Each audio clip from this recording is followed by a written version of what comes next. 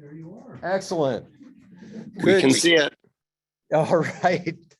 The guys on, so this is our last chapter meeting of the year and the pandemic is almost over and now we figured out Zoom. Isn't that wonderful?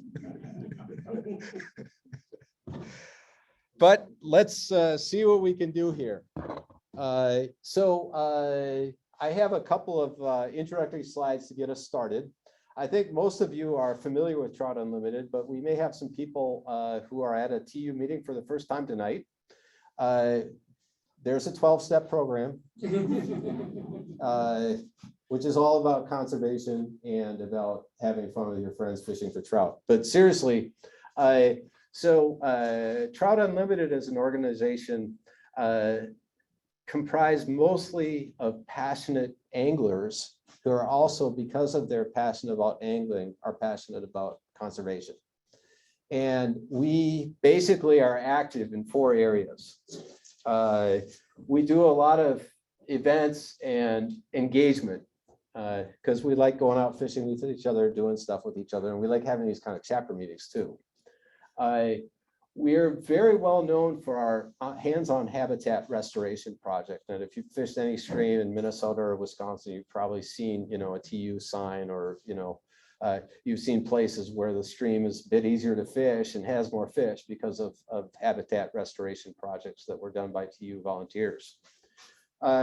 We are very involved in advocacy, trying to protect the streams that we loved with sensible regulations, working as much as possible with farmers, with landowners, with people who own the land that the streams flow through.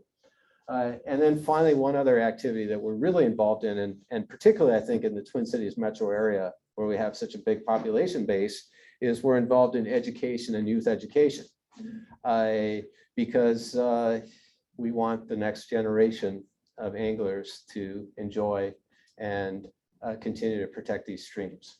So that's what TU is all about.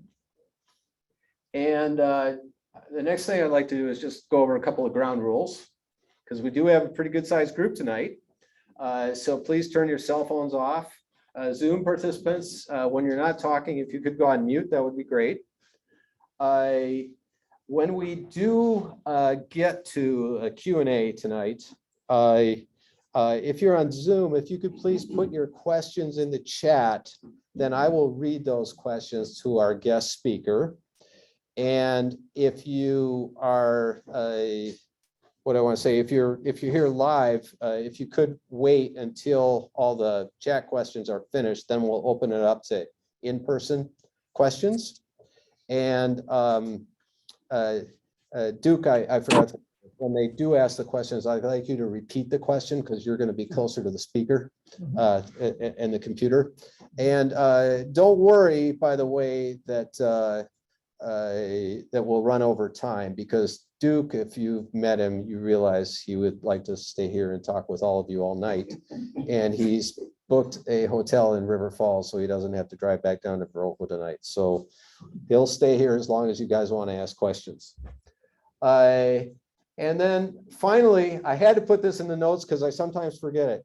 If you register for this meeting, you will automatically be entered in a drawing for a box of hand-tied flies from the world famous Waconia Fly Tying Company, AKA Paul Johnson. We won't be doing that drawing tonight, but we promise you that it is a transparent and auditable process. So, so stay tuned. A couple of quick announcements before we get to our main event. We have 2 special guests here tonight. The first guest is Bruce Maher or Maher? Maher. I've been fishing with Bruce, so I should know his last name, but anyway, we're both Tenkara anglers. But Bruce is here partly because he's a Kiaptuish member and passionate about the Kinni, but partly because he and a few of his partners over in Wisconsin are restarting the Real Recovery Effort, which is a program for male cancer survivors. And we all know that that trout fishing is very therapeutic, and this is a great program. And if you are interested in this, if you know somebody who might be interested in it, if you have any questions, I will be sending out this presentation by email. You can see the email address there. You can, if you're in person tonight, you can check in with Bruce if you have any questions. But please, if this is something you think you or someone you know would benefit from, please get in touch with Bruce. My second announcement has to do with another Bruce, Bruce Garkowski. Back there.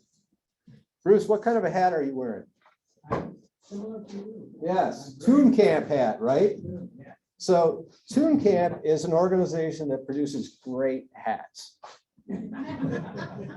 But on the side, they also work with junior high school kids in a summer camp over the summer in Lanesboro.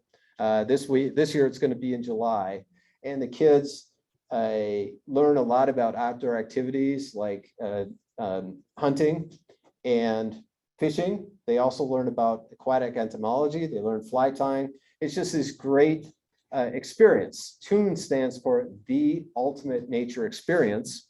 And they are looking for volunteers to help out with fly casting, fly tying, taking kids fishing, and working on the stream lab, aquatic entomology and mucking around in the stream. So again, Bruce's email address is up here. I'll be sending this out, but if you're interested in going down to Lanesboro, it really is a great time. And assisting with these kids, please reach out to Bruce. So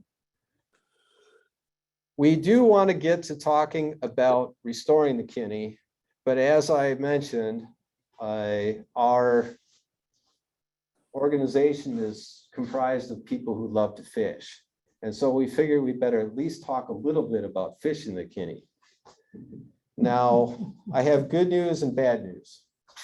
The good news is the fishing on the Kinni has been great. The bad news is that we tried to get Andy Ross to come and talk about fishing the Kinni because he actually knows what he's talking about, but he unfortunately couldn't make it tonight. So you are stuck with me. So I apologize if you feel like a sucker, but that's just what we're going to have to deal with. And by the way, that fine fish was caught by my friend Chris Walker, and you may recognize the grassy banks of Lower Glen Park. So there are some real trophies in that stream, and some of them are trout. So I just want to briefly talk about fishing the Kinni before I introduce Duke, who's going to be talking about restoring the Kinni. And for you, those of you who've been on the Kinni, you probably realize that it's really, two completely different streams. You have this kind of pastoral stream with very few riffles flowing through this glaciated farmland upstream of River Falls. It looks like just a huge spring creek. It's actually, at nighttime a little bit spooky. And then once you get to River Falls and the river goes over the two waterfalls, it falls into the driftless area. And you get this kind of classic driftless scenery. It goes into by Midwestern standards, a canyon. And it just has this beautiful, run, riffle, pool sequence with a cobble bottom, wide open areas, so you won't catch your back cast in a tree, and no farmland. It's just as close as you're going to get to wilderness, being just 45-minute drive from where we are now. Actually, less than 45 minutes from here. So you do have these two really different areas of stream.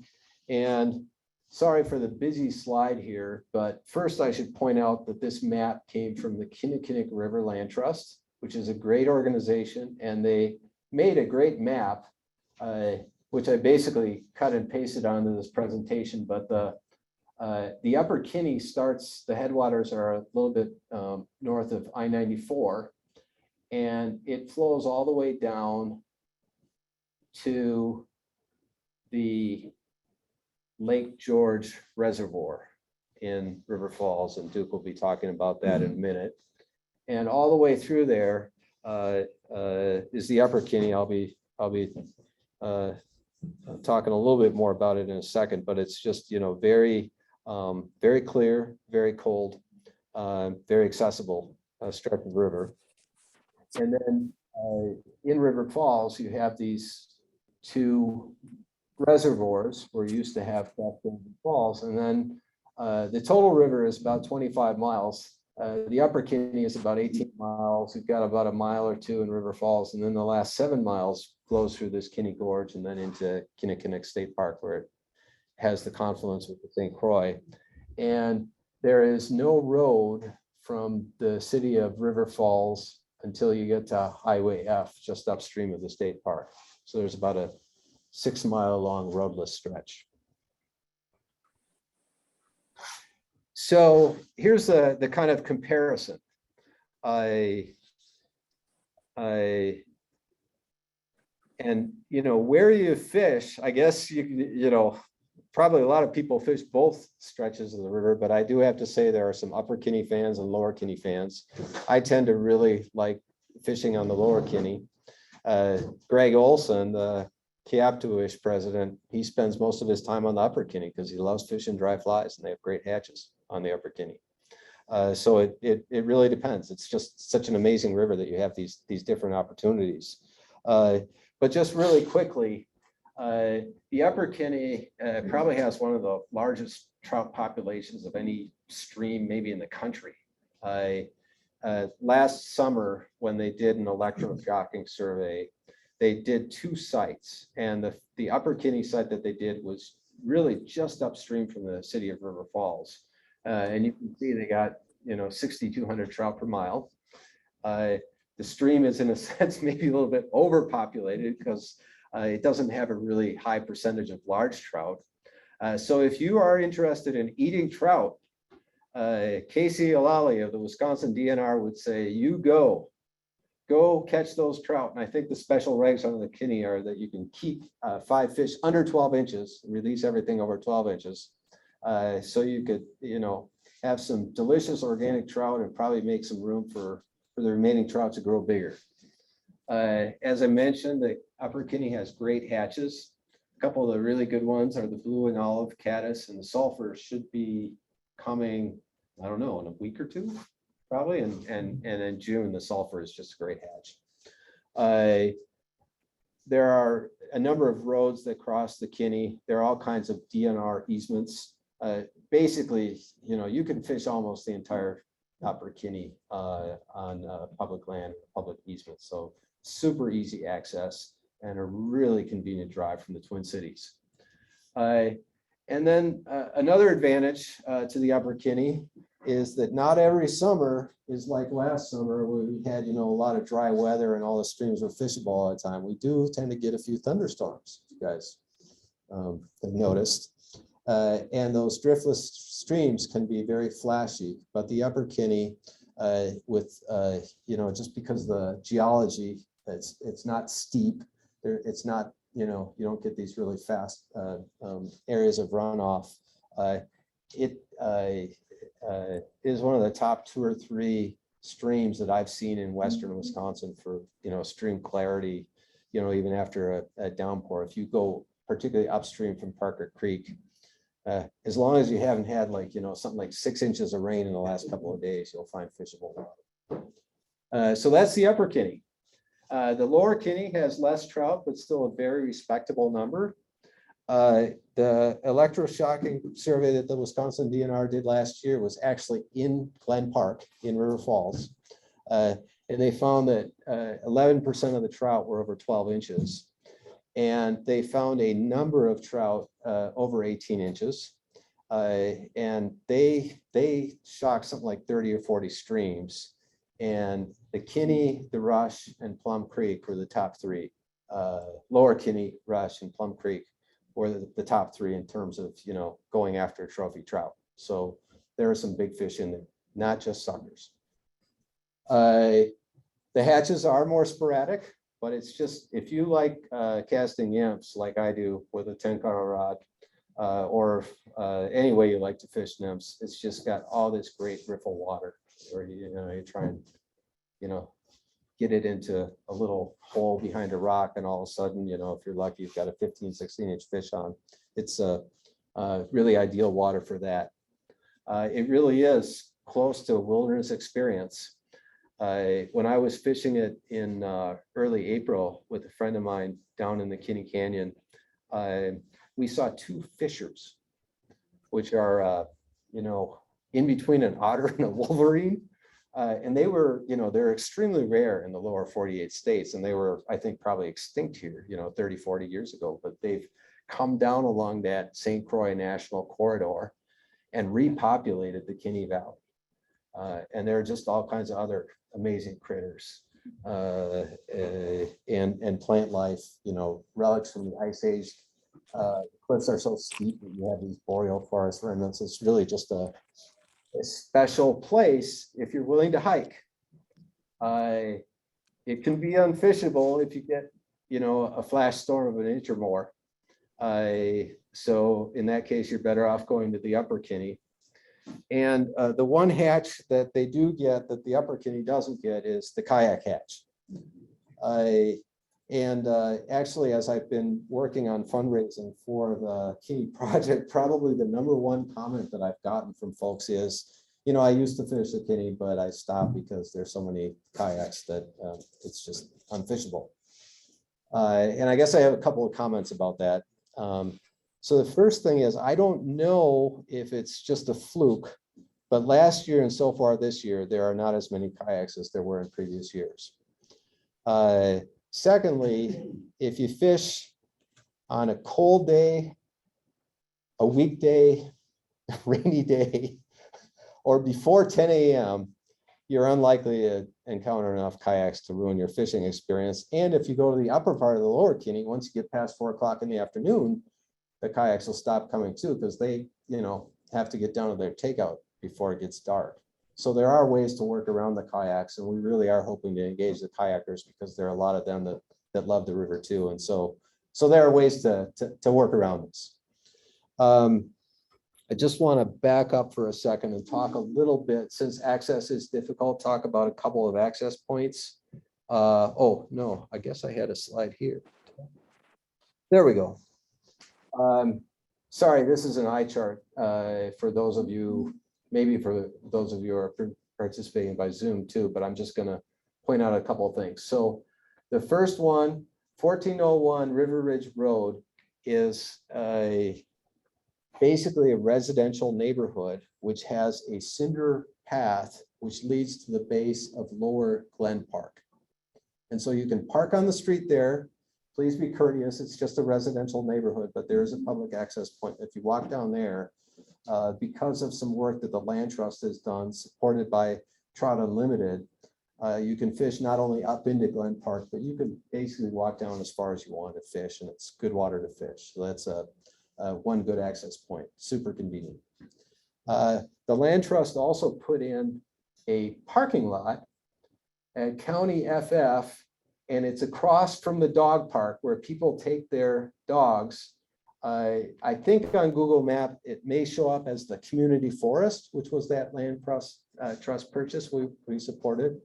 But again, there's an access corridor. You have to walk about 15 minutes to get to the river, but you'll get down into the community forest, and there's some very good fishing there.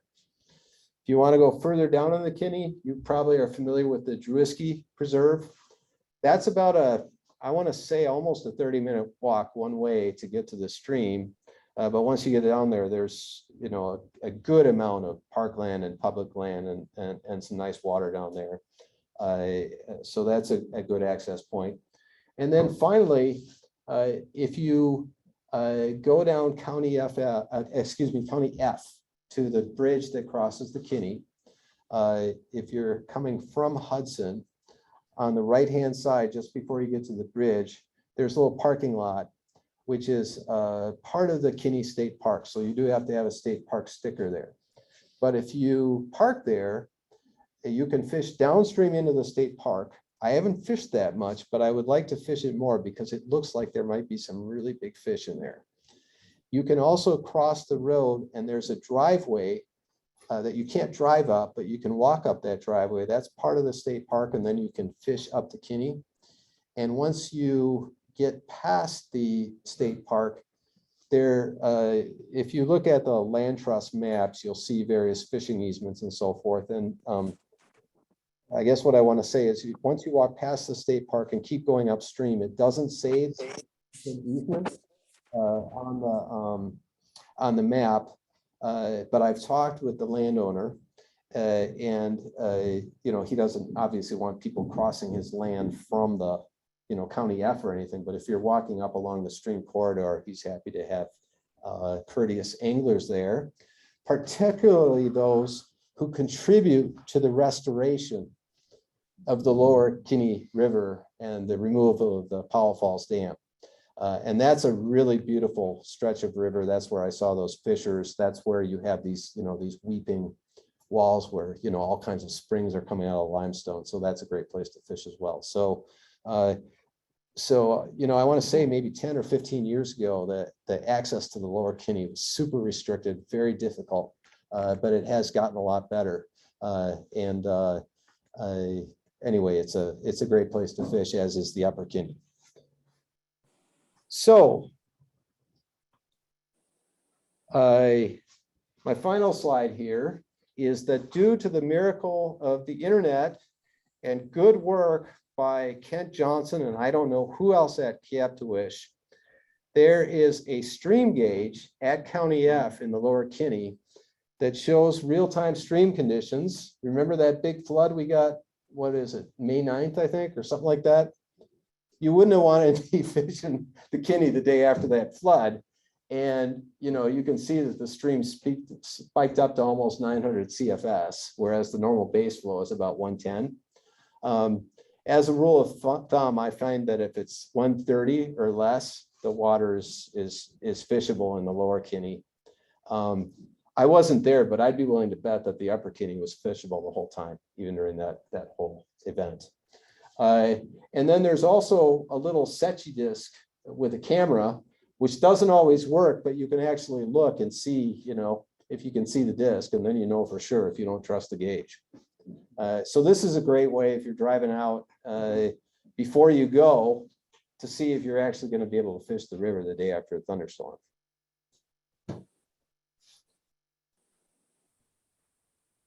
So anyway, that is the update on fishing the Kinni.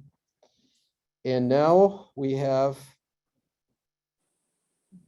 a special guest to introduce. So this is Duke Welter with one of his many admirers. He is what's what? It's a tippet chomper. A tippet chomper, yes. Not an ankle biter, but a tippet chomper. Okay. Yes, he's from Wisconsin. Probably many of you already know Duke. But just very briefly, Duke had a career in private practice as a lawyer. While he was doing that, he also got very involved in Trout Unlimited, served on the board of trustees for Trout Unlimited National and on the National Leadership Council. He then left private practice and started Act 2, which for Duke was being the outreach coordinator for the TU DARE, Driftless Area Restoration Efforts. And I don't know what was all involved with being the outreach coordinator, but based on reliable reports that I have received, there was a lot of meeting people and going trout fishing.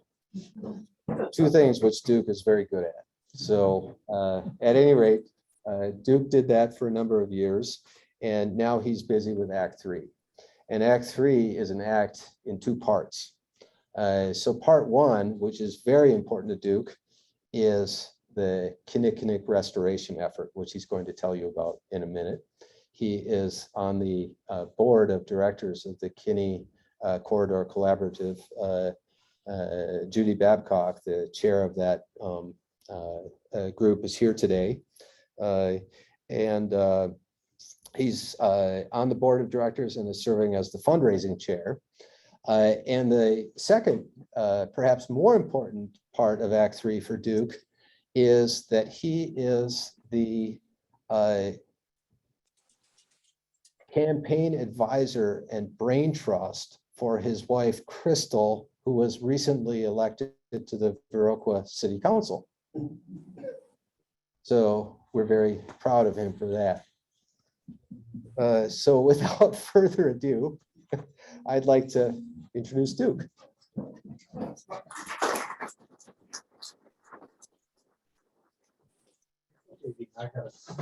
Some guy I know forgot to turn his phone off. No, it's me. Thanks for that reminder. All right. Well, it's really nice to be here. Do you know how to use this Yeah. clicker thing? Thank you. I've been chased up trees. I had one of those belted Cornish cows chewing on my net on Katy Creek, and I shoot it off. And next thing I know, it was chewing on the belt buckle or the buckle on the side of my knee boots. Yeah, I don't mind cows. That could have been one of my grandpa's Holsteins. So it's a treat to be with you and to have a chance to talk about what, in my judgment, is the most important river restoration project that's going on in the upper Midwest at this time. We don't get many opportunities in our lifetime or our conservation lifetime to kind of have the impact that we have the possibility to have on the Kinni. So, you know, we've had a lot of help. TCTU and Kayaptawish volunteers are mainstays of our fundraising effort. I'm just so blown away by what they're contributing to this, and we're having a lot of fun with it. We have a really diverse group, and we could use a couple more people to work on the fundraising. And I'm not talking about bake sales here. I'm talking about an effort that has a lot of zeros attached to it that we're making a lot of progress on. And if you want to be part of that, that's a good place to do it. Bob White has donated one of his prints of the lucky donor's choice. That'll be an opportunity for a donor, and the Norlings, Dave and Dave, who are need no introduction for any of you, have donated one of their fly rods, their bamboo rods, the Kinni model that is also going to be awarded to a donor a little later on. But this one combines them. If you look at that silhouette there, you might see that it seems to resemble the senior Norling. And what's now a rock started out life as a golden retriever. But when you're the artist, you get to edit your own paintings. So anyway, it's nice to be here. It's a treat to be involved. If as Bob said, I have worked for the last dozen years as an outreach guy for DARE, and before that, I was one of the people that proposed the whole idea and helped get it going across the upper Midwest. But now I'm retired from TU as of the end of March. So that's, you know, I flunked retirement from law, and now I'm flunking retirement from working for TU, and I'm working as a volunteer with the Kinni Corridor Collaborative and all my TU friends. Of course, you know, we've had a lot going on with the dam project just in recent months, including right up through last week. And of course, you folks all know how long it takes you to get from whichever side of the Twin Cities that you live on to get to the Kinni.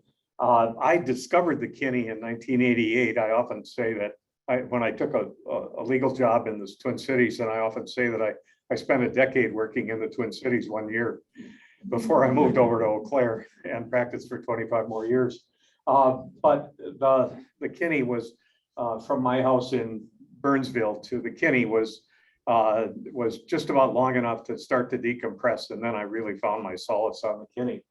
Of course, when we're starting to talk about dam removal, one of the things that it's really nice to think about is being able to have a you know, a flashy one blast demolition This was a dam that we visited on the Sandy River in 2001 when the TU national meeting was in Portland.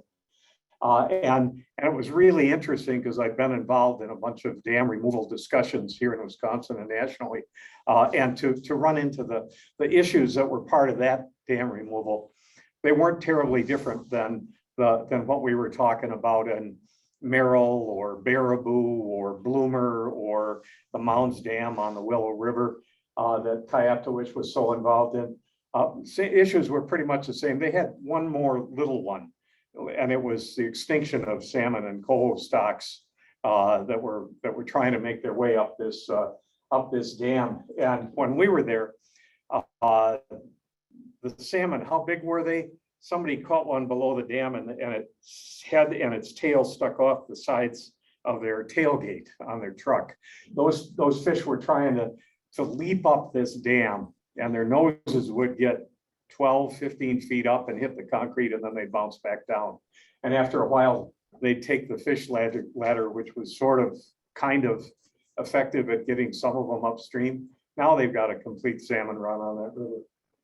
Of course, Bob has talked about some of the hatches on the Kinni, but you know, you're blessed to have a river that has a diverse population, and it's a well-studied population of insects, from the ephemerella in the upper left, the caddis, crane flies, I think this one's a Hendrickson down here, if I remember right. But you know, people like Clark Gary, who was a biology prof at UW River Falls, wrote a really nice book about the bugs of the Kinni. That's worth a read. It's kind of buggy, but it's also kind of essay-like, and it's a good read. You know, this is a river that we need to appreciate being so close to it. What a high quality river it is, and what people have said about it.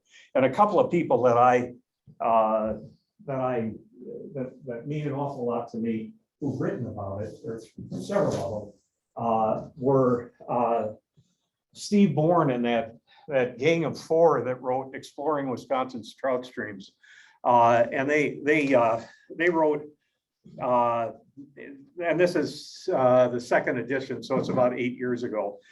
He wrote, "The good news for anglers is that the Kinni has stood up pretty well so far under all the development pressure because of the loving care it's received from conservationists since the 1940s. A little care will go a long way on a river like the Kinni. The river has been equipped with a wondrous array of natural attributes: generous groundwater discharge, cool, clean water with the right chemical balance, diverse plant and animal life, and trout. And it's not been stocked since the 1970s. And the Kinni's trout numbers rank it among the most productive in the state. And in the lower reaches where it's more fertile, brown trout are bigger and less frequent, but still plentiful, with several thousand fish per mile. And the Kinni is the state's only outstanding resource water that flows through a city of 10,000 or more people. And it's been chosen for a state priority watershed program to help it improve water quality. And two guys that you may revere as much as I do are Bill Sjogren and Jim Humphreys. They were people that I worked on with a lot of on a number of projects. Fished with them, sat and talked with Jim. Jim could write about a symphony or a string quartet being the mood of a particular river that he fished, and he never hesitated to quote Shakespeare when he was on the water. And late in life, I'd go over and visit him at the place where he was living then, and we'd swap story ideas. And like, wouldn't it be nice to start up at the Brule on Highway 27 and stop and fish all the trout streams down to Prairie du Chien? Oh, that'd be a good one. That might be a little bit of much of a project, though. And I miss those guys immensely. But and they did the trout streams of Wisconsin and Minnesota. It had the first edition in '95 and the second edition about 8 years later. And some of my friends refer to those as the Old and New Testament. And they wrote, this is premier trout stream of West Jethro, Wisconsin. The author's home stream. Humphrey numbers the Kinni among his baker's dozen of the best trout streams anywhere. 20 miles of superb trout water await the fly fisher who's willing to tread lightly the deep and narrow track of the upper river. These marvelous miles are the precious jewels of the fly fisher's memory. We'll give 2 hours of our lives anytime to fish our separate 100 yards of the Kinnickinnic on a sultry summer evening with rising expectations when the bats begin to play. Not very many people could say it better. And like I say, I revere what they had to tell us. And there are their books, of course, The Gang of Four. Another book that you might enjoy is a kid's book about growing up on the Kinni. And the author did grow up on the Kinni, and her dad, I think his nickname was Pudge Warner, wasn't he? And she wrote about her dad teaching her kids to fish the river, and it was kind of like that old video, The Way of a Trout, where it tells you about this whole ecosystem in terms that in the 3M videos case, it was a trout angler's view, and in this case, it's a kid's view, and it's just a really nice book, and you can still find it kicking around out there. You just never know who you might run into out there. You could, like a guy like, I think his name is Carlton on the Lower River. But you know, this river has risks that are facing it, and we need to think about that. One of the things that has been really crucial through this whole discussion has been the science about the thermal conditions on the river that are caused by the dams. In 1988, the city applied to relicense the dams. Since they generate electricity, 1.5% of the city municipal utilities needs. They have to license them with the Federal Energy Regulatory Commission. And in 1988, they licensed them, and there was practically no discussion. And the licenses went through, they were granted for 30 years, but there were people in the city who said that shouldn't happen again. Let's have a real discussion about the impacts of these dams. And in order to assess the impacts of the dams in 1991, Kent Johnson and Gary and other people from the Electroshocking chapter started to do a thermal monitoring regime. And over 30 years of monitoring, what they found is that the thermal impact is that the dams in the summer warm up the lower river temperature by 5 degrees. Now, that's kind of why it's predominant. That's one reason why it's predominantly a brown trout stream. Browns can tolerate warmer temperatures than brook trout. But that also means that there are more days that are getting close to uncomfortable temperatures for trout. And that's changing as we go forward, and there are more of those days each season. And so that lower river is threatened by what's going on with the impoundments. There's cold water tributaries below the dams. They're small. There are two that are in between the dams. There's a set of spring ponds that I'll show you in a few minutes, and then the South Fork of the Kinni. Those go in sort of at the upper end of where the former impoundment was, Lake Louise. And that water is immediately warmed because the sun beats down on it during the summer. That information was part of the discussion that took place here, and it made it a whole different discussion from the dam removal discussion debates that you have in a lot of places. That has been absolutely crucial. So you can see the upper impoundment, Lake George, that's right along the backside of Main Street of River Falls, and the dam, the Junction Falls Dam, and then the South Fork comes in just below that, and these little spring ponds are over in here, and they drain in, and then Lake Louise, the impoundment above the Powell Falls Dam. They don't have any fisheries value. They are marginal water quality. There's a lot of they're algae filled and goose poop filled, and there's really they're not particularly aesthetic, but they're there for the time being. One of the things, there we go. This is another key thing to that dam debate. I've been involved in a lot of dam discussions. I don't mean to stutter, but in Wisconsin and across the country. And it's very seldom that a community has a view of what their community was before the dam was in place. It's very hard for communities to envision the river without dams, because the dams were the first thing that were built in those towns. Around 1850, the first settlers put up dams so they could cut lumber up, they could mill grain and all sorts of stuff. And I think at one time there were 11 or so dams on the Kinni. But here we have an 1865 picture of the falls that's flooded by the upper dam. And that can give people an image of what they can have when that dam is gone. It's a rare resource. So two things came together that were really crucial to this discussion. This is the upper dam, the Junction Falls Dam. It's been around more than 100 years, but it only generates 1% of the city's needs. And that dam is also filled up its impoundment to about 90% of capacity with sediment. Here's the South Fork coming. Let's see. Come on, Gabe. Maybe there.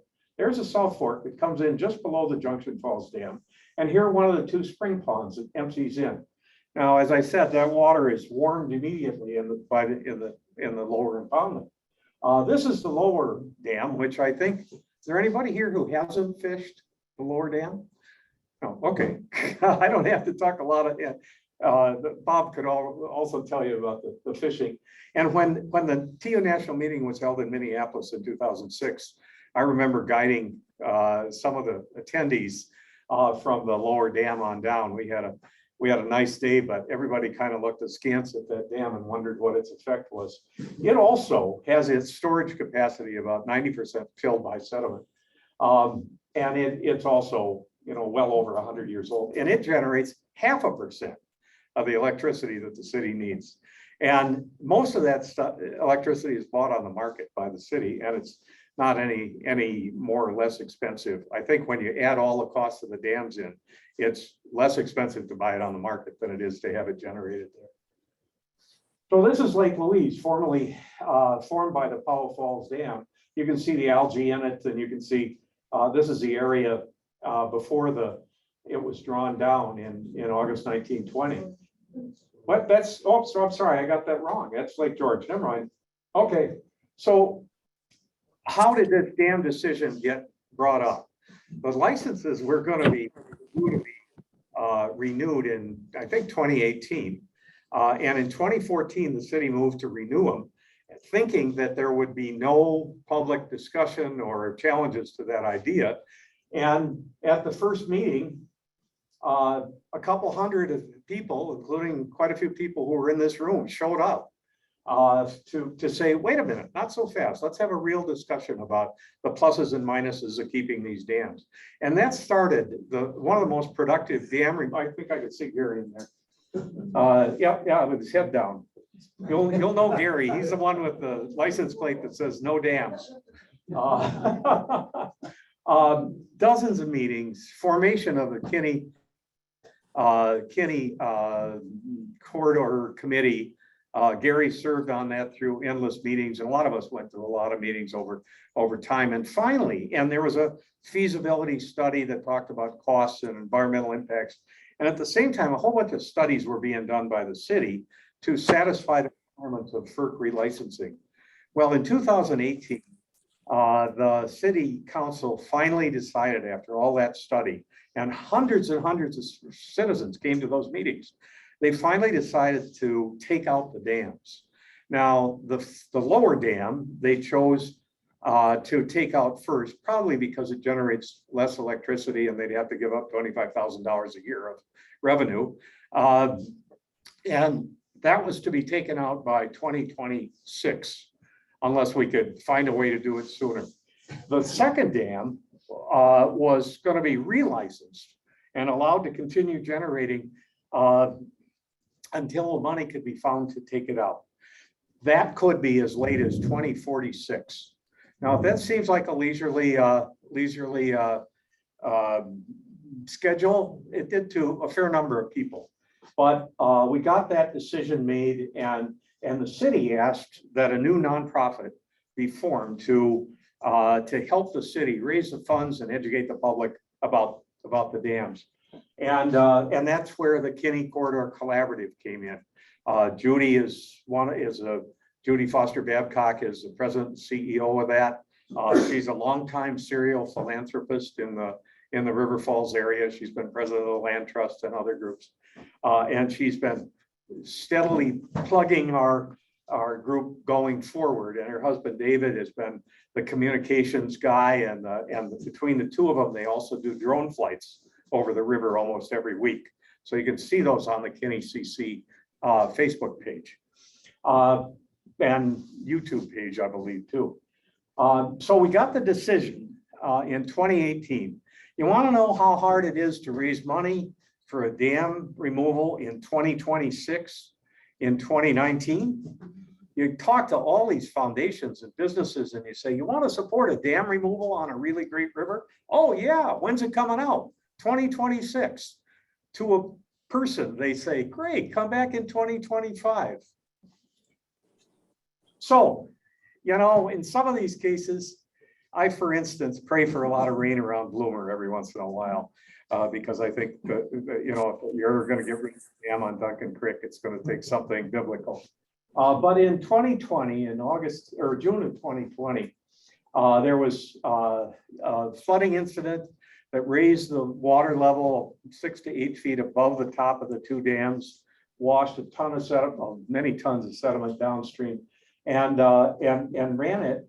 I think might have been even higher than 7,500 cubic feet per second. Remember, Bob talked about the rainstorm that we had 2 weeks ago that went to 900. Imagine 7,500. This is just looking upstream from the dam above Glen Falls or Glen Park. Anyway, it was damaged. The dam, Powell Falls Dam, was damaged in the flooding, and this wall along here started to break off where it's anchored into the limestone sandstone cliff on the, I guess it'd be on River Right looking downstream.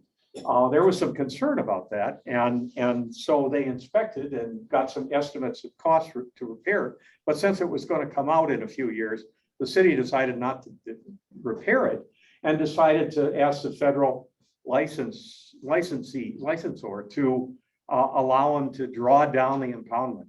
And after that, the city also asked the federal agency to allow it to surrender the license to Powell Falls. Now, that was going to be a process that was going to take several more years before you even got any construction work going. And so this could have the potential to speed up the removal. So in July, asked to surrender, and then they surrendered the license. And in February 22, that was February of this year, that was okay. I think Cindy's all prepared for you. In the fall of 20, and so we got to see what the river wanted to do as it cut through that sediment. It's estimated, but one estimate of the amount of sediment that went downstream in the 2020 flooding was about 15,000 cubic yards of sediment. In the drawdown, it's estimated that another 8,000 cubic yards went down. Now, the engineers were thinking originally that they were going to have to move about 45,000 cubic yards in the impoundment above the Powell Falls Dam. So some of that was already gone away. But the really interesting thing that happened was the thermal monitoring for last summer suggested that now that South Fork water and that Spring Pond water wasn't being warmed up to go downstream, downstream temperatures were only about, they were 3 degrees cooler than they've been over the last 30 years. So you're already seeing some positive thermal impacts from the removal of the first dam and the impoundment. So here's May 9th of this year. You can see this is not big rain in River Falls itself, but up in the upper end of the watershed, there was a lot of rain. And that came down through, and so it was about 3/4 of an inch of rain, and then about 1.5 inches 2 days later, and the impoundment refilled. It filled up over the floodplain, and then it relatively quickly contracted again back to the channel that it had cut. But that floodplain has all greened up. Last year it greened up in no time, and this will green up again any minute now, even while we speak. So this past week, now, one of the things that encouraged the city to give up the federal license was that if they had a federal license, they would only be eligible for a certain amount of grant money from the state. It would be a $50,000 grant. At that time, if they got rid of that federal license, they would have been eligible for $400,000 of DNR help. And they could see the difference. Those guys are just smart as sharp pencils. And so they agreed to ask to surrender the license. Well, then in, let's see, it would have been 1.5 years ago, our governor proposed that dam removal, the larger dam removal grant program, be increased from $2 million a year to $5 million a year, and from $400,000 a project to $1 million a project. And that was probably DOA with our Democratic governor and a Republican legislature. But in TU, we were pretty too naive to know that we couldn't, that wasn't going to happen. And so we put together $5,000 to pay the Wisconsin TU lobbyist in Madison, who speaks fluent Republican, to work with us on that issue. And we haunted the Joint Finance Committee and the halls of the legislature, and we shanghaied all the legislators in Western Wisconsin, including those who usually voted against things like this. And wonder of wonders, it passed. It passed the legislature, and the governor signed it. So instead of being eligible for $400,000 of funding from DNR, we were eligible for asking for $1 million. Well, son of a gun. DNR told us last week that the city's grant application had been accepted. It was, the city was eligible for the $1 million grant, and we're on the priority list, and we'll be finding out any day how close to $1 million the city's going to get for this. So it went from a situation where we might have got 50 to a place where we have a chance of getting $1 million, which is pretty good progress. And the utilities manager told us last week in a planning session, I can say confidently that we're going to have that dam out of there by 1 year from now, which means if they can let the bids later on this year get in there right after the first of the year when the ground is frozen. They're going to build a causeway around the edge of the former impoundment, demolish the dam, take the debris out, and then restructure that sediment so that you recreate a floodplain and get that channel stabilized in place. Now, the other interesting thing that's happened is that the U.S. Army Corps of Engineers, which helped to fund some of the studies that FERC required, the federal agency required, and chipped in a couple $100,000 to help that process.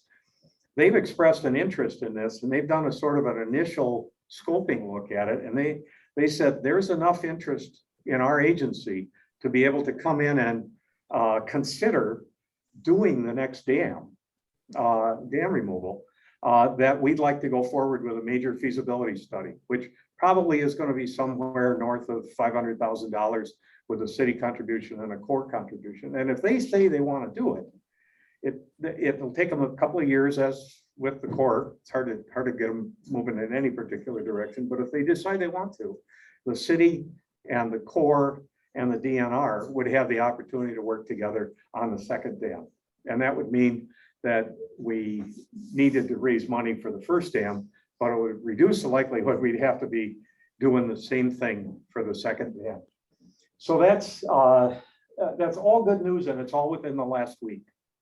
The next steps, like I said, will be to build a causeway out to the dam site around the impoundment, demolish the dam, get rid of the concrete, and deal with the sediment. And then hopefully we'll have an opportunity to put in fish habitat and to establish that former impoundment as parkland. It could have a combination of settling basin for stormwater inflow, prairies, trails along the river, access points for anglers and paddlers. And so we could end up with an established park. The upper impoundment offers a little bit more. It's more of an urban setting because the backsides of Main Street, the businesses on Main Street look right over the impoundment, and they're going to look right over the reestablished river. For those businesses to turn their focus away from Main Street and toward the river and develop a river walk along there, that's a really neat opportunity. Plus, there's a lot of stormwater inputs that have been going right into the impoundment for years. And the Kayeptawish study showed that a summertime rainfall would take that drainage from parking lots and streets and spike that temperature within a matter of minutes of 10 or 15 degrees. And then it would settle down, but those are kind of the death by 1,000 cuts kind of thing. And with the reestablished river in the upper impoundment, you're going to want to have settling basins and to allow that water to settle out and get into the groundwater and cool before it goes into the river. So that stormwater is going to be a much bigger aspect of that. But that's going to be the net result is about 1.5 miles of reestablished trout stream, reestablished parkland, and a new opportunity for the business community to reevaluate its relationship with the river. And if you look at some other places, Eau Claire has established a really solid relationship with the Eau Claire and the Chippewa rivers in the last 25 years. And I think that on a smaller scale, we have an opportunity to do that in River Falls. And if you really want to go see another place that has done a marvelous job with that, take a look at Baraboo, down by the Circus World Museum and right in downtown Baraboo. They took out 4 dams between about 1996 and 2005. And that was an area originally known as the Baraboo Rapids. And the Ho-Chunk had come there and trapped fish for eons. And then they'd become a dam for a woolen mill, a dam for a lumber mill, a dam for a spinning mill. I can't remember what the other one was, but they were all past their usefulness. And they eventually took them out, and the Kiwanis raised $500,000 roughly to do 3.5 miles of trails along that river. City Hall's been built up overlooking it. Now there are condos being built overlooking it in an old industrial area. And of course, the Driftless Glen Distillery, which has some really damn fine liquor and food, has a deck right overlooking the river. And the local folks in Baraboo say that before the dams were taken out, the DNR fisheries people had found about 9 species of fish upstream. And now they're pushing 90 species of fish that they found upstream that come up from the Wisconsin River and up the Baraboo unhindered for a long ways and into those rapids. So now they used to have carp.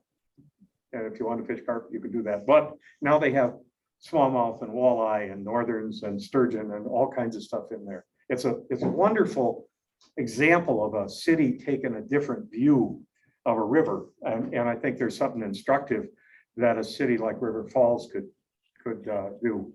And it also, kind of brings up the idea of what you guys gonna do with the Mississippi? What could you do with it? Well, anyway, I don't want to get.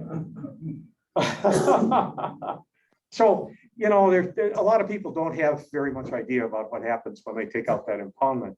But Colfax gives us a pretty good example. The 18-mile creek dam was about 15 or 16 feet high, just above where that little stream flows into the Red Cedar River. And they took that dam out in 1999 or so.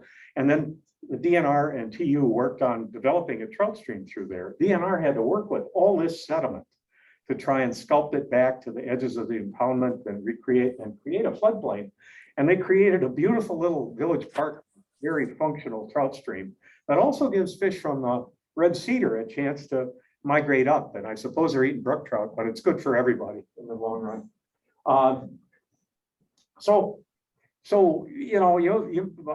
you might be asking, what can we do to help the Kinni? This is, like I said, we're not going to have another chance like this in our lifetimes to help a river, especially a trout river, and especially an iconic trout river. So as far as our organizations are concerned, this is a time to step up and figure out what we can do.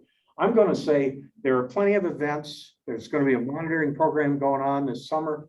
We need volunteers to help plan what's going to be there as it's restored. And our fundraising team, which has we have several members here tonight, and they've been working mightily on it. I think TU has done itself proud with what's been done so far. But we could use a few more volunteers, and it doesn't matter if you have fundraising experience. It matters if you can talk to business people, or if you can look around and try and tell the story. We have a bunch of different areas to work with businesses and individuals and foundations and other government organizations. Those are opportunities if you ever wanted to step up and do something really meaningful.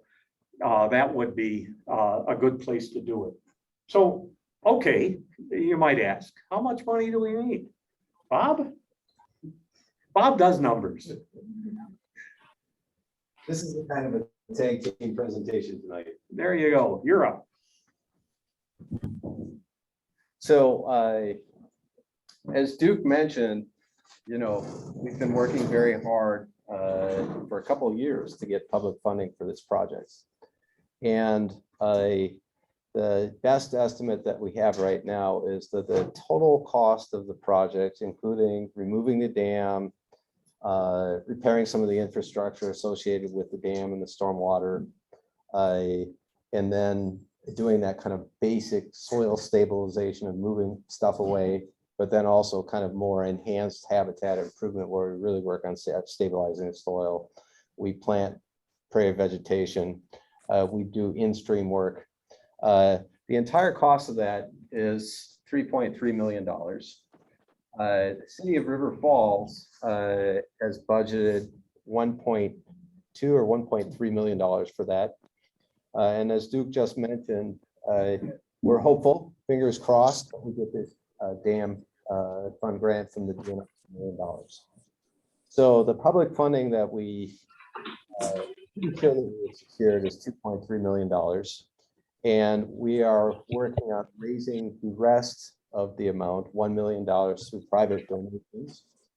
This is a little bit of an eye chart, but basically that private donation money of $1 million has kind of been split into a number of different buckets. For example, there's governmental organizations, other sorts of not-for-profits, chambers of commerce and so forth, local businesses in the St. Croix and Kinni Valley,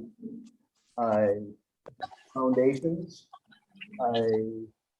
I think we combined indigenous organizations into local businesses now. And then finally, Trout Unlimited and outdoor type businesses associated with trout fishing are the kind of buckets that we've broken the $1 million into. And as Duke mentioned, we have a team working on each one of those areas. And we are looking for people to serve on some of those teams. But at any rate, the number that the TU and the related businesses was given is 20% of $1 million, or $200,000. And if you want to see how we've broken that up, we have some organizations like Cabela's, Patagonia. There are some TU national grants available. The Wisconsin State a grant available, and some miscellaneous money. For example, the River Falls Film Festival donated some of their proceeds to this project. So that's about $55,000. Oh, excuse me, I clicked to the key point. But anyway, other chapters outside of Kayaptuish and TCTU, we have $5,000. We've just gotten a tremendous response from chapters throughout Wisconsin, in the Chicago area. And actually the first donation that anybody on the team received was a $200 donation from the Windcrest chapter in Minnesota. So we are looking to get about $25,000 from other chapters. Kiaptawish, they've secured some money from the DNR in the past, and they've been kind of planning and saving for this day. So they committed $75,000. It was a little bit late to the party, but what we said is we're going to take $15,000 out of our chapter treasury, and we're going to set it aside as a match. We're going to ask our members and Kiaptawish members to make private donations, and we're going to match those donations up to $15,000. So at any rate, that was what we decided to do here at TCTU. And I'll show you some numbers in a minute. But anyway, big picture, all of that adds up to $200,000. And as of today, we've got $137,000, which has either already been paid in or it's been, the check is in the mail. So we're making very good progress there, given that, we need to wrap this up by November. So liquor store and there's a good thing you left the windows down, or somebody would have called the police because I don't go in. Okay, so I'm sorry, but could everybody put their, confirm that they're on mute because somebody is talking about calling the police. Somebody called if I went in the car with the windows rolled up. And I said, well, If I can mute this person. Wait, I think maybe I can, yeah, maybe you want to see what's happening. All right. I think they muted now. Yeah, can somebody please call the police? they didn't have any Maybe if you could try, just figure out how to turn off my volume. Okay, sorry. Interlude. I've heard about Zoom bombing and I've never experienced it until now. Thank you, Mike. So at any rate, we've made very good progress, and I want to thank everybody who has been involved in this effort so far. Getting to those private donations, let's see. Oh, did you like? It doesn't have a touch screen. Here we go. I got it. Okay. So far, we had a target. We had actually set an initial target of $15,000, which we achieved in 3 weeks. So then we reset the target. Thank you.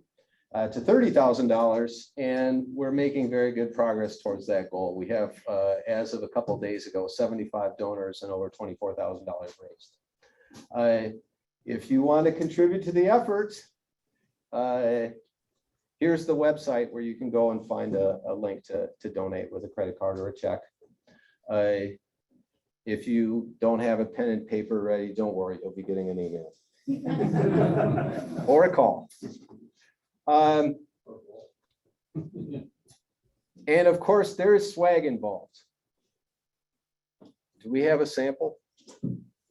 You did remember it. I'm proud to present you, Bob, with first a moment of credit to Randy Arnold of Kiaptawish, the man who can do anything, who once we got permission from the dam owner, the dam engineer, the DNR regional manager, the DNR dam safety director, and the insurance people and directions, Randy went in and with a core cutter and cut out cores from the Powell Falls Dam. We're assured it's an inconsequential piece of the dam, which have been made into these absolutely cooler than cool paperweights. Gary Horvath was in charge of getting the label put on that says Powell Falls Dam RIP, free the Kinni. So if you want one of the most cachet paperweights in the upper Midwest, Bob, there you go. Well, thank you. We have some here tonight, if you're interested. This is go ahead. This is pretty cool. I should say, however, that the donation was made under my wife's name because she worked for Medtronic, and that way we got the matching funds too. So, but I can guarantee you, she's not going to want to come anywhere near this thing. So I'll just keep this. And on top of that, David Babcock has designed a Free the Kinni pin. And they're here tonight too. So just so you know, if tonight is the night you decide you want to do something concrete, this is a place to do it.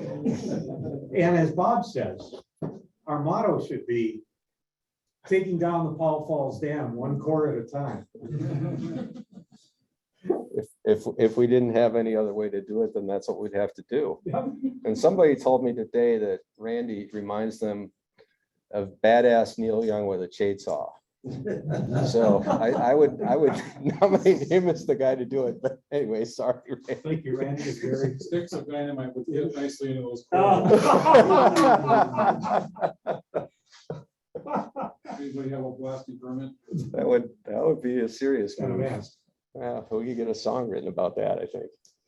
Anyway, we probably don't need to go there, but for those of you who have donated $250 or $500 already, we have your names and you'll be getting these priceless mementos as well. But at any rate, we've had a lot of fun with this, and we hope that you will join us in donating, a personally meaningful amount towards this project.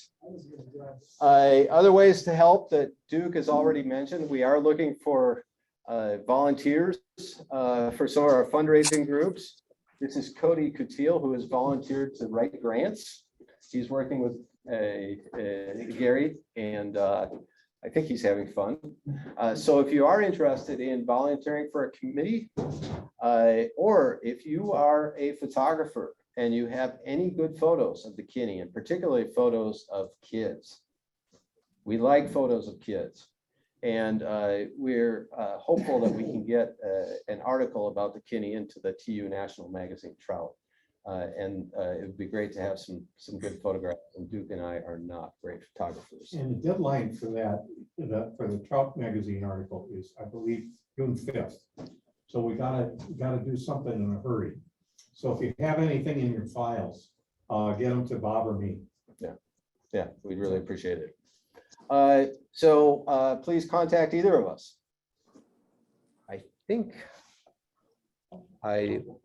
yes, we are going to take questions in a minute. So before we get to that, I'm going to let Duke do his final couple slides, and then we're going to take questions. Oh, okay. Yeah, clicker. There we go. I'll get on the way. So I just wanted to challenge folks here tonight. Back in 2006, Twin Cities TU and Minnesota TU, with some help from the folks on the folks to the east, hosted the TU national meeting here in Minneapolis. It was a good meeting with a conservation tour down into the Lanesboro area, Trout Run, and it was pretty memorable. And the fishing day took people into western Wisconsin and a few places in eastern Minnesota. But it doesn't take that much for a proposal to be put together. I worked on the proposal to bring the national meeting to Madison that eventually was there in 2013, and you have to do it with a couple of years lead time. And we did it with a committee of 5, and that doesn't mean that 5 people can pull off a national meeting, but national staff is experienced at putting these things on once a decision is made. And then it's a nice opportunity for volunteers to show off what resources you have here in this area and show people a good time. So just thinking, why not think about doing that in 2024 and 2025? I'd be happy to work with anybody that was interested in doing that. So let Bob or me or anybody else for the chapter know. I think it could be a really profoundly cool thing to have this meeting back here in the neighborhood in a few years. Yep, Larry's acute sense of awareness serves him well. So anyway, if anybody has any questions, I don't know what happened. Did I turn this whole thing off? Yeah, I'm not sure. I think you broke it, Duke. Nope. There you go. There we go. Well, we'll get going here. There we go. Thank you. I just love this photo that was taken by Jeff Green from Minnesota DNR. But if anybody has any questions, now's a good time to Yeah. shoot them out this way. Yeah, so as I mentioned, we're going to ask people who are on the Zoom to put their questions into the chat, and we're going to get to those questions first.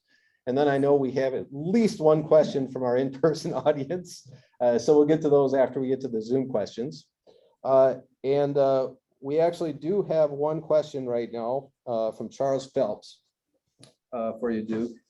And it is looking into the future, what agriculture-related and development-related risks to trout and water quality exist upstream of River Falls? Well, one of the ways to look at the Kinni watershed is it's a rich. Oh, I'm sorry. The question is what agriculture or development Oh, no, issues? I read it, so you don't need to. I'm close to the speaker. Oh, good enough. Okay, thanks, Bob. But once they All start right, asking to questions, answer the we can- question as best I can. When you look at the Kinnickinnic watershed, you're looking at a really rich spring-fed, Hello, huge. what's up? Coming home. Well, how'd everything go? Well, I think they've arrived. Oh, I did. Yeah, okay. Hey, you want to call her? So Yeah, I just So, saw that if shit. you think about the Kinnickinnic, Oh, are you hungry? if you think about the Kinni as this rich spring-fed system in the upper area, in the upper part of the watershed, you have to be concerned about the extent to which straws are going into that watershed. That may, in the long run, have an impact of depleting stream flows in the river and groundwater flow in the river.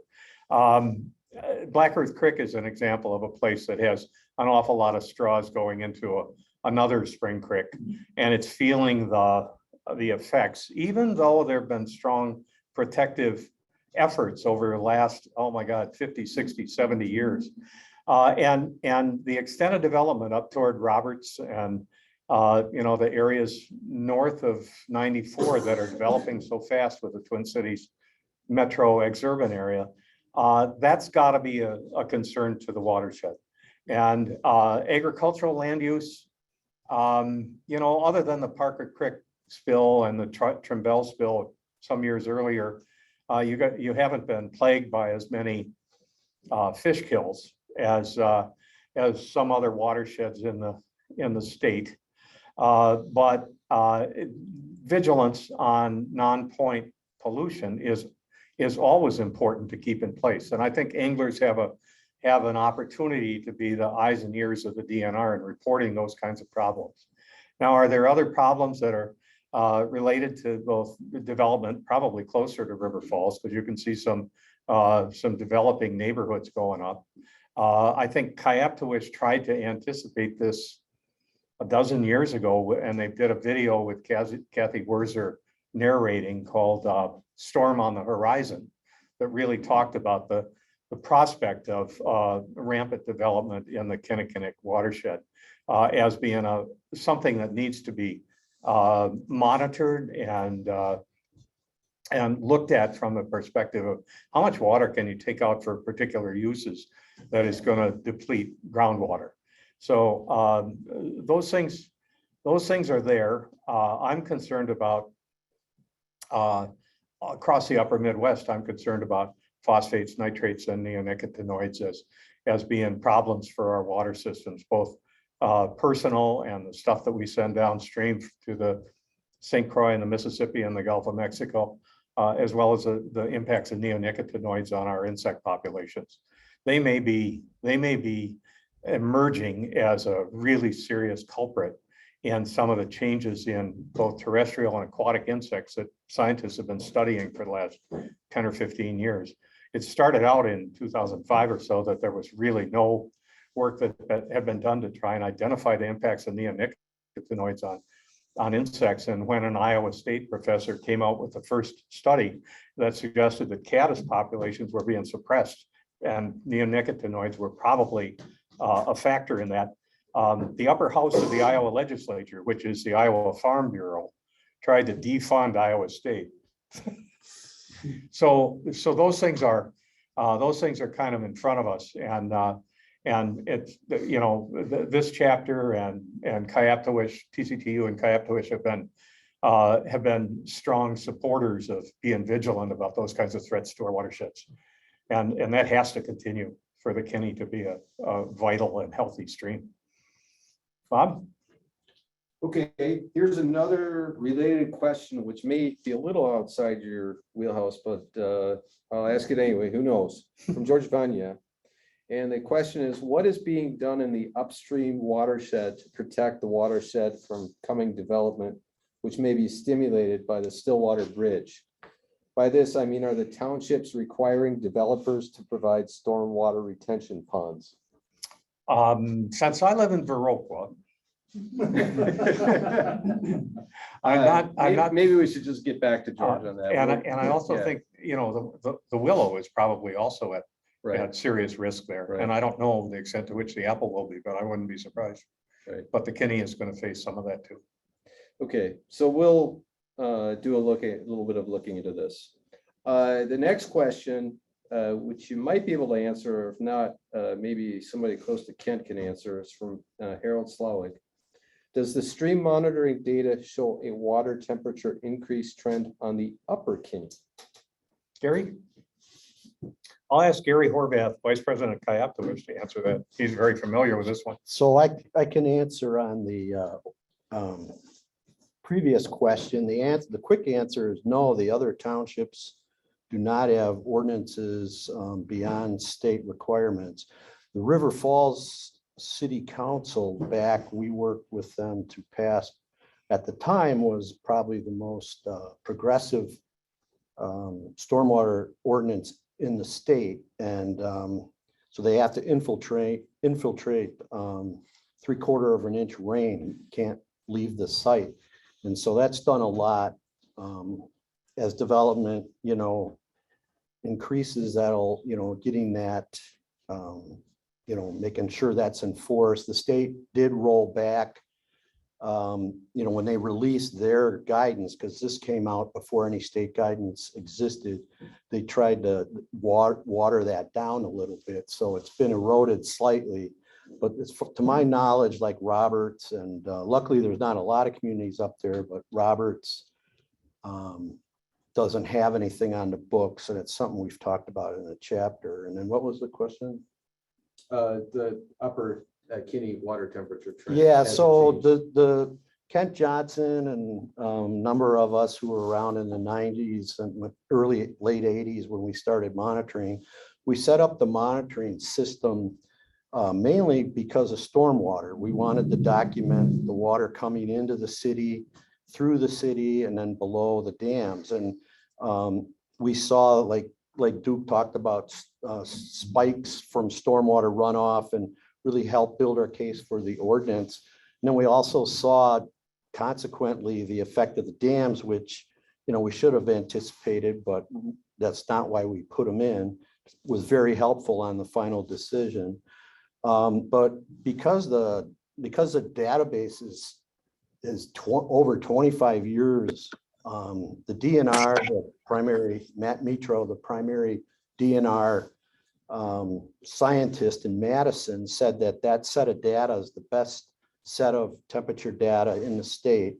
And he did some statistics, and I don't know what he all does, but actually the Kinni is warming, and it's the only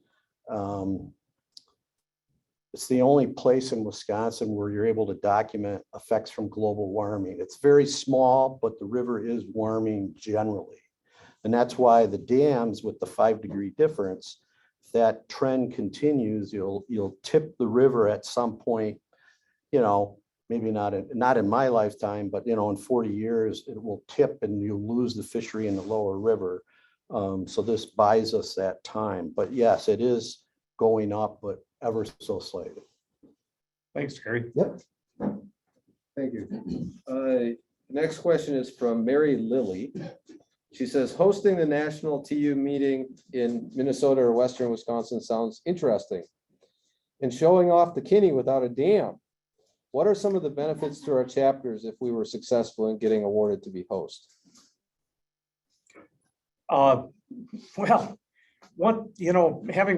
having worked with TU on dam issues, at the national level with the Penobscot and Elwha, and frustratingly with the Lower Snake River. I kind of get a sense at times that the TU has a sort of a Appalachians, Rockies, and West Coast and Alaska kind of point of view, and they fly over us. And this is an opportunity to say, TU as a volunteer organization here in the upper Midwest is vitally interested in major conservation projects that affect our region, and we're willing to go to bat for our resources when push comes to shove. This is a not very, TU has probably 350, 375 chapters across the country, and not very many chapters across the country ever get a chance to do a project like this. And I think it's exciting to watch Kayaptawish and TCTU to take a long-term view on this and to be vitally involved in this discussion. Maybe nobody will remember 50 years from now the name of any single person that was involved in this dam removal, but they're going to know that the Kinni dams were there and they were taken out, and TU was a leader in taking them out. That's something really important to be able to say to the rest of the country. This is an example of what TU chapters can do to have a major impact on a major river in their area. That's something that if we can't crow about that nationally, I mean, I gotta say, I'm so proud of watching these two chapters work on this thing. Kayaptawish for a long time, TCTU with intensity once you decided to get involved in it, and this opportunity came up. You guys are, your chapters are doing an inspiring thing.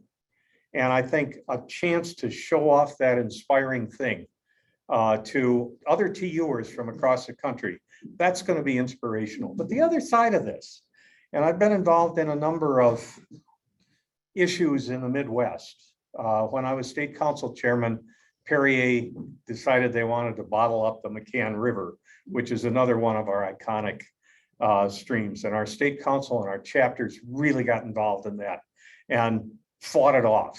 And finally, they went elsewhere. They ended up in Michigan or some other lesser state. But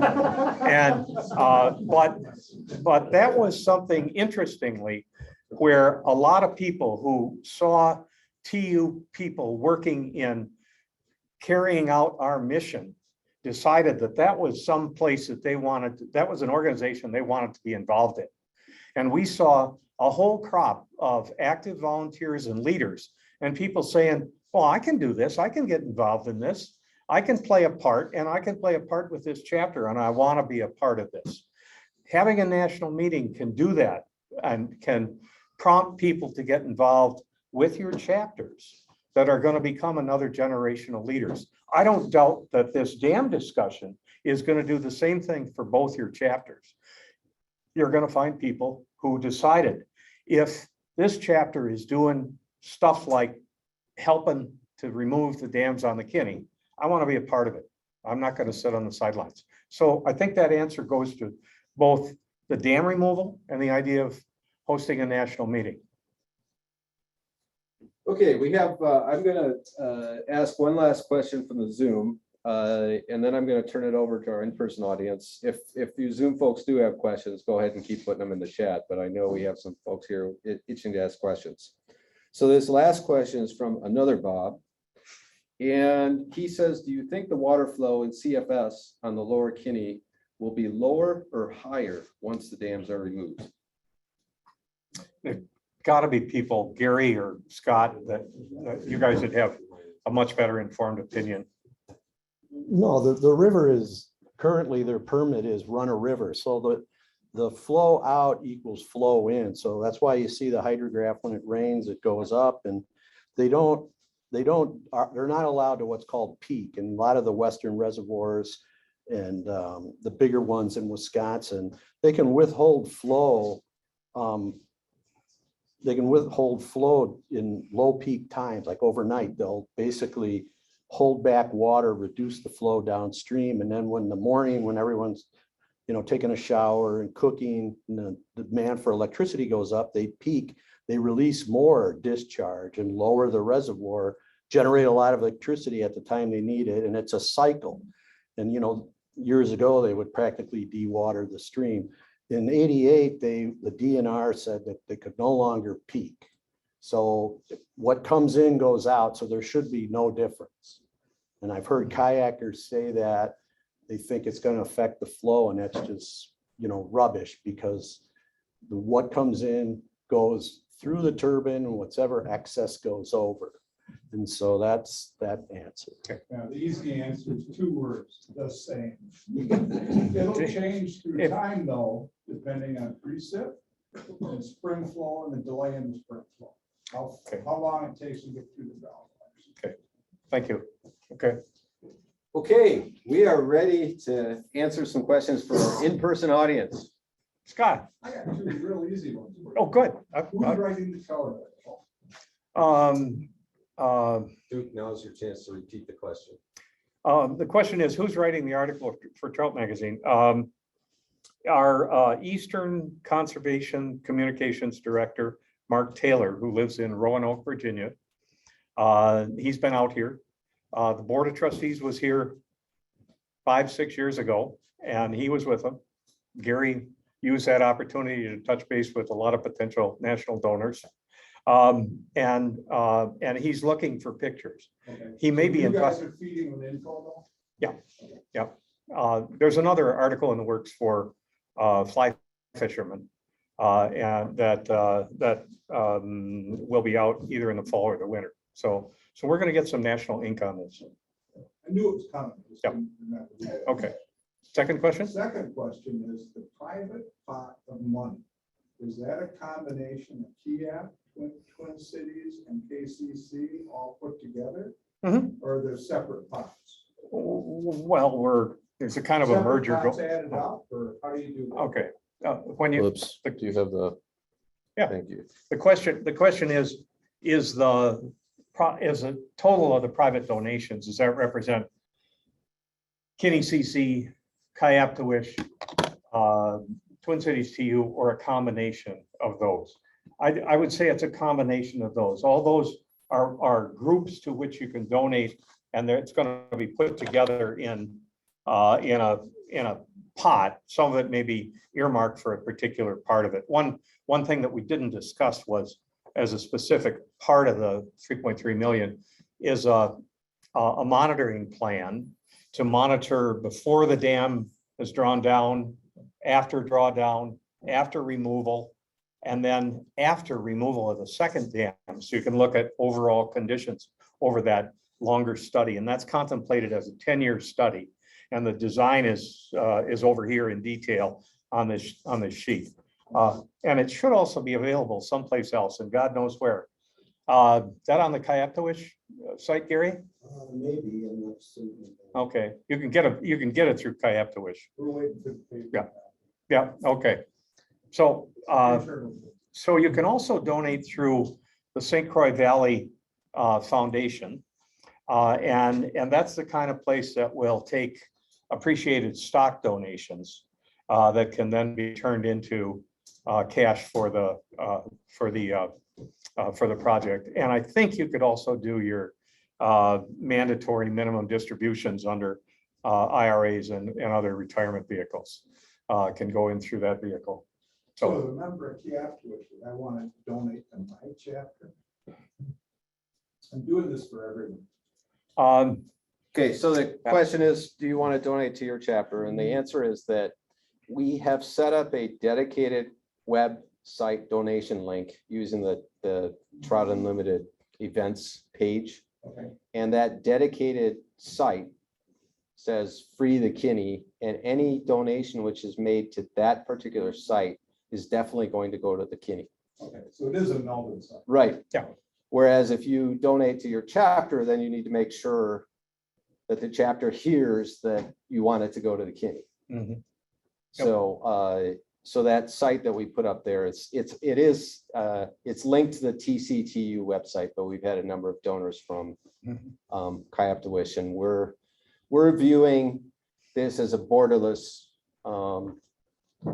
project. There are no Viking fans. There are no Packer fans. There are only Trout fans. What should somebody do if Yeah. they want to donate? Yeah. You know? Go to that website, push the button, Third question. get your credit card. Where did the 3.3 million? Well, that's a consolidation of estimates from Ayers and Associates, the city's engineers, and the feasibility study that was originally done by Interfluve, which was very, very conservative figures for the costs. And it was also done, oh my gosh, 6 years ago. So there's been a little bit of a cost inflation since then. So And it'll be fine tuned with time. yeah, as you go forward with these things, you want to develop budget estimates with a higher degree of confidence. And they're about at a 40 to 50 degree level of confidence now. And that's not enough to take it out to potential bidders on this thing. You want to get it up in the 80, 85, 90% confidence level before you send it out for bids. And we expect that that'd happen probably late in the third quarter of this year. And then hopefully they'll have the contractors lined up in the winter. Working with contractors in the winter is better because they don't have a lot of other projects to do. So, okay, Thank you. yes. Are there any secrets in the impoundment sediment? Historically, were there upstream coal gasification or creosote or I don't know, all sorts of weird. Okay, so the question is, having found bodies as Lake Powell gets drawn down, are there any secrets that have been revealed by the drawdown of? It was the core sample that made me think of it, not the body. Oh, so you mean the answer to the Hoffa question? Yeah, all right. So, having worked with a number of projects that go through urban areas, you should always not be surprised when you find something that doesn't show up in terms of some kind of infrastructure, some kinds of conduits or wires or sewer pipes or whatever. And there is one sewer pipe that goes across the impoundment just above the wastewater treatment plant. And you can see it in the overhead shots and the drone stuff. But that is an unused, a no longer used sewer pipe. And that's going to be taken out. The other sewer pipe, the operative one that drains a lot of river falls on the east side of the river, that one's a little farther down, and it's going to need to be armored well below the river level. So far, other than that, they haven't found any surprises. And they have done core samples. So there's no toxic. No, Very little heavy So there's metals, no- a fair amount of agricultural chemical. There's a lot of phosphorus. Right. And But it won't like turn into a Superfund No. site 10 years from now. Because of no, there's none of the industrial stuff that made the Sheboygan River or the Fox River such a problem. And there's some arsenic to be found in it, but it's kind of the same level of arsenic that you find in the soil outside of town. So it's really not been an unpleasant surprise. And no bodies. Other questions? Yeah. Is there any residual effect of silt downstream when you remove the dam? Well, the question is there any residual effect of silt downstream when you remove the dam? The river isn't done eroding those banks, and it's going to continue until those banks are sloped back and you put some tow rock along them. So some silt is going to continue going down. But if you think about it, the way those impoundments have operated for 100 years is trapping sediment that otherwise would have gone downstream. And a lot of times in the area downstream of dams in a river is starved of sediment. It doesn't have the sediment that a river would normally have with its flows and normal erosive effects upstream. So to some extent, that sediment that's gone downstream is filling a gap that's been there for a long time. That's also going to eventually work its way down and work its way into the St. Croix and the Mississippi. And they've already studied the mussel beds on the St. Croix, which are a matter of concern because there are endangered and threatened and special concern mussels out there. But the upshot of the malacologist study was that they didn't believe that the expected level of sediment that was going to be coming down the river would have any adverse impacts on those mussel beds. So there's going to be more sediment for a while in the river. And it may go for a while because we're going to have to go through that second dam, and there's going to be some head cutting through 15 or 18 feet of sediment as that goes on. This one doesn't give you many opportunities to put a sediment trap in place and try and catch some of that before it flows farther downstream, just because of the access for some kind of machinery to the area below the Glen Park. It'd be tough to do a sediment trap in there. And similarly, the area just below the Junction Falls Dam is pretty much bedrock. And so you really wouldn't have a chance to catch sediment there either. You know, I don't think it's going to be the kind of situation that made Lake Malibu 1.5 feet deep when they took out the Willow Falls Dam to replace it. But you're going to get sediment that's going to be coming down that river for some time to come. So far, the amount that's gone down doesn't seem to have adversely impacted the fishing. Yeah, And the half mile below the Powell Dam is a mess. a lot of sediment. Sediment has fallen out there, and it's tough to fish and it's gunky, and that's not great. But like you said, what, more than a third of the sediment that was in the bank has already flown through. But once you get into like the middle of Glen Park and downstream, you know, they did that, the DNR did that survey last year and found great fish population. So And word is, angling word on the stream is people are catching fish in the former impoundment where people haven't been catching fish for 100 years. And word on the street also is that some daring kayakers from the Luth area have already run through the powerhouse. Go figure. All right. Any other questions?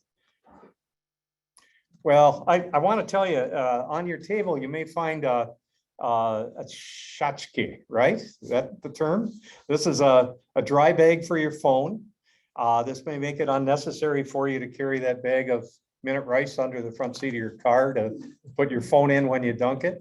You can keep it dry. Go ahead. There's some on each table. I hope you don't need them that much, but take them. And anyway, thanks so much to everybody on out there in Troutland and here in Maplewood for joining us tonight. Those were good questions, and we sure appreciate you being here.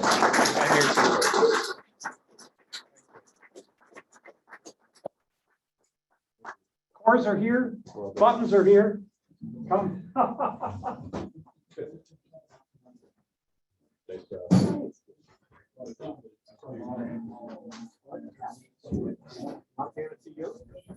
Rip your water. No,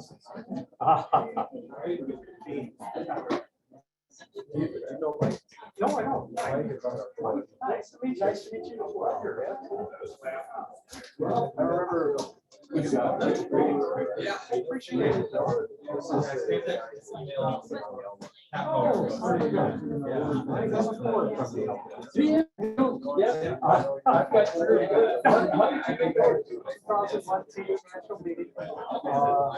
I don't know. No, it doesn't. It's just like four with up on the bottom. And I think I saved 2 or 3 bucks on it. You did. Yeah.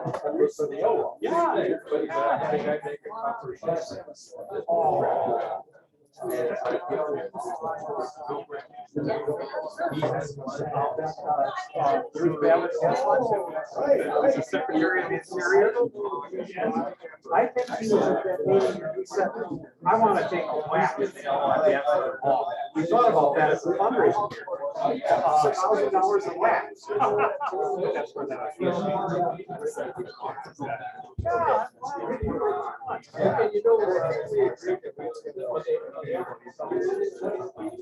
I know.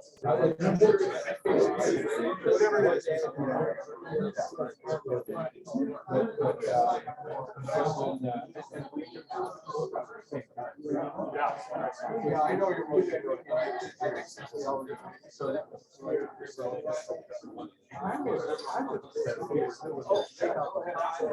I'm not the lower one. Really, I'm looking at you gotta change course. But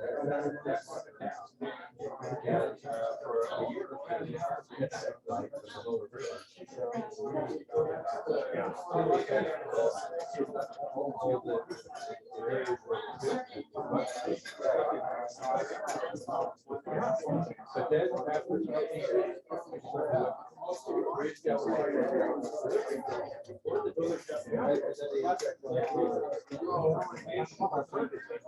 you know, out in the area.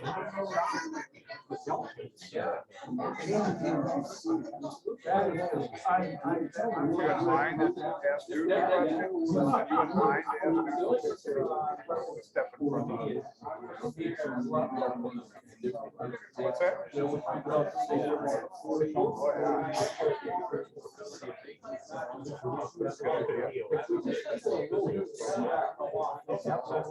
so right. Yeah, you know.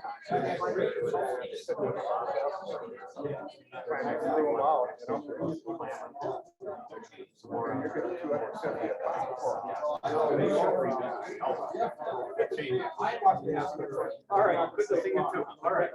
Soon we need some more. Let me tell you in a week or so. Okay. All right. Good, yeah. All right. Good job. Yeah. I'll be right with you. All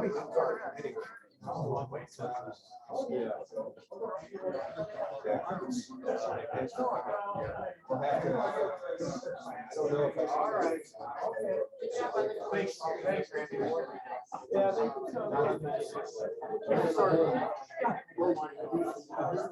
oh, nice to meet you.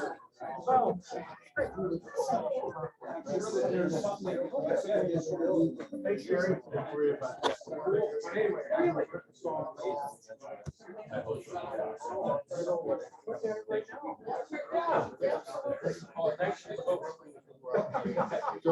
This year should be an idea. You know, that's great. That's my favorite bag. Are you from oh, all right.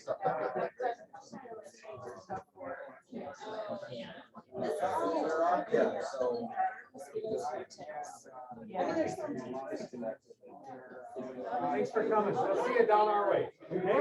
All right. You bet. Nice to meet you. Yeah, that's a great suggestion. Yeah, you know, we've been thinking about maybe having a benefit concert over at Tattersall or something. And a number of artists really, really tickled to have a chance to do that. Oh, video.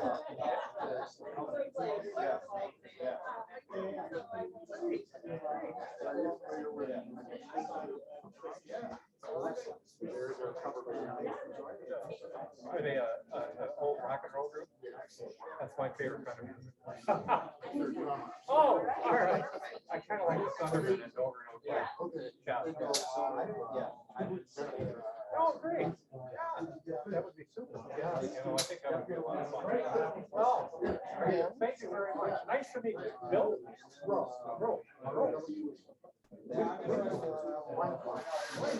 Okay. Ah, there we go. All right, I look forward to seeing you again. All right, thanks, Rose.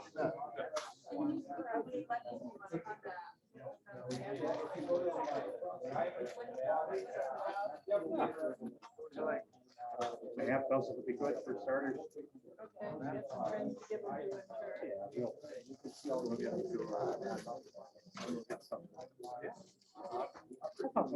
I'm interested. How much?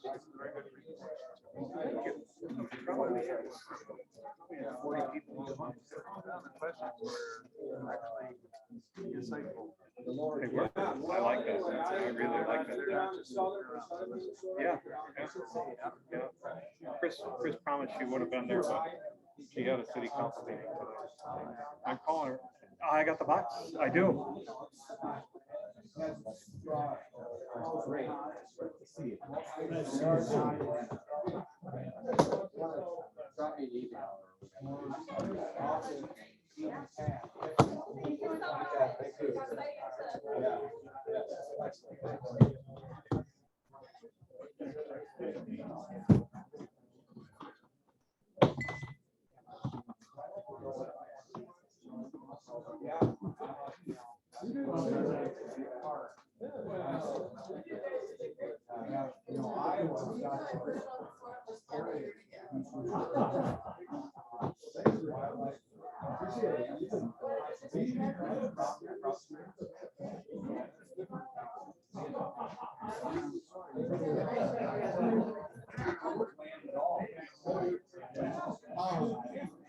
I think I have some pictures. Really? So, I think it was July of 19 before COVID. Yeah. I worked with St. Paul YMCA. With who? St. Paul Y. Is the Yeah. Zoom, And Camp St. Croix is like right there, right? So there's a program, I took a bunch of middle schoolers out fly fishing. And I have photos along the Kinni, you know, in the lower part of the park where you. Yeah, sure. So if you're interested, I think we got releases. Oh, wonderful. That would be TU's first. Yeah, right. Anytime you get kids that are involved in that, Only 3 minutes. My non-TU email.